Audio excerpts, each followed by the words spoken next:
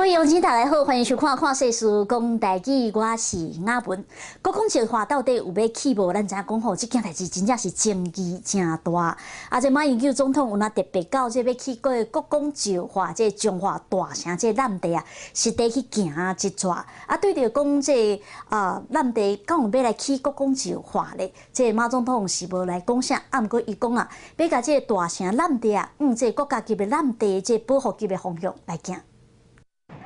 徛伫海中央，总统客家下面顶现捞的蚵仔，体验海洋上清的滋味。我本来就很喜欢吃蚵仔，从小就喜欢。虽然昨去用呛声，总统的心情无受到影响，决定继续聊落去。参这个反国光石化在地居民和环保团体做伙斗阵行，亲身来行一撮，了解国光石化到底要起伫什么所在。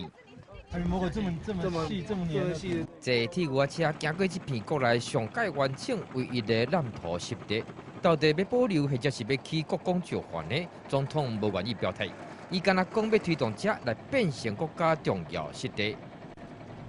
湿地的保育啊，是全球一致的共识，也是联合国很重要的目标。保护人类生态的一个努力呢，我们不会缺席。 虽然安尼讲，但是无够。方案自规会居民集体伫总统面头前跪落去，请伊卖去国光石化。环保团体嘛希望总统亲身来行一撮，了解环境遮尔水的同时，嘛表达伊会当了解渔民的心声。希望讲唔通心内所想的，参与嘴讲的煞无共款。那我想这就由全民来检验嘛。 我们把我们的意见充分的表达，那总统他也说他听到了，那就由我们人民来检验，到底最后政府做什么裁定。除了少数人有举牌啊，今仔日并无伤过激烈的抗争。总统讲要将大城湿地列作是国家重要湿地，其实无一定会做保证，排除国光石化的开发。但是环保团体认为，上无嘛显示政府有踏出第一步，推翻因较早无承认大城湿地有保存价值的做法。记者做报道。